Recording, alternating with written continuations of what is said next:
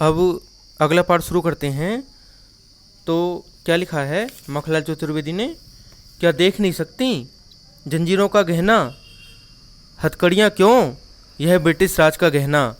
क्या तुम मेरे हाथों में जो हमने हथकड़ियाँ डाल रखी हैं, ये हमारे लिए हथकड़ी नहीं, ये हमारे लिए गहने के समान हैं, ब्रिटिश राज के जैसे ये गहने हों। तो आगे क्या है, कोलू का चर्रकचू जीवन की तान। पहले कोलू चलता था तो उसमें से आवाज़ आती थी चर्रकचू, जैसे कोई चीज़ हमको पीसनी हो तो पहले उसी से पिसा करती थी। लेकिन अंग्रेज पहले क्या करते थे, अंग्रेज़ों का काम ये था कि बैलों की जगह स्वतंत्रता सेनानियों को लगाते थे कि तुम इसको पीसो, तो वो चर्रकचू की आवाज़ करता था। तो जब बार बार पीसता था तो उन्होंने उसी को अपना जीवन का संगीत बना लिया था कि यही हमारे जीवन की तान बन चुका था। कोल्लू की चर्रकचू जीवन की तान, गिट्टी पर उंगलियों ने लिखे गान, और हमने मिट्टी पर ही उंगलियों से गीत लिखे हैं, कविताएं लिखी हैं। हूँ मोट खींचता लगा पेट पर जुआ, खाली करता हूँ ब्रिटिश अकड़ का कुआं। जैसे पहले मोट से सारी चीज़ पिसा करती थी।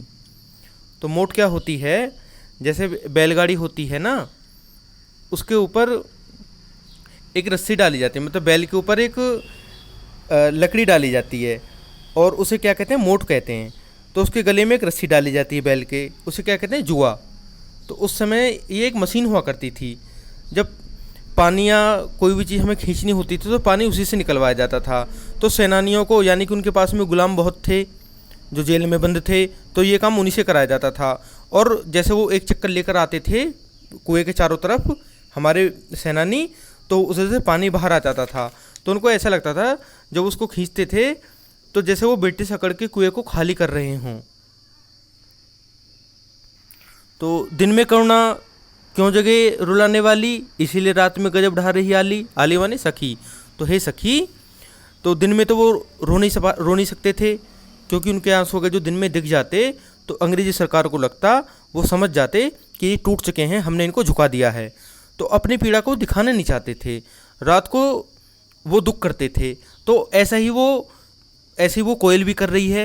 शायद उनको भी ऐसा लग रहा है कि दिन में वो अंग्रेजी सरकार को अपना दुख दिखाना नहीं चाहती, इसलिए रात में वो रो रही है, रात में वो इतना चिल्ला रही है।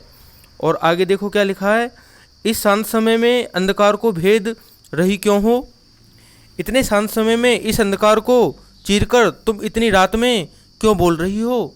कोकिल बोलो तो, मतलब कोयल बताओ तो, चुपचाप मधुर विद्रोह बीज इस भांति बोल रही क्यों, कोकिल बोलो तो।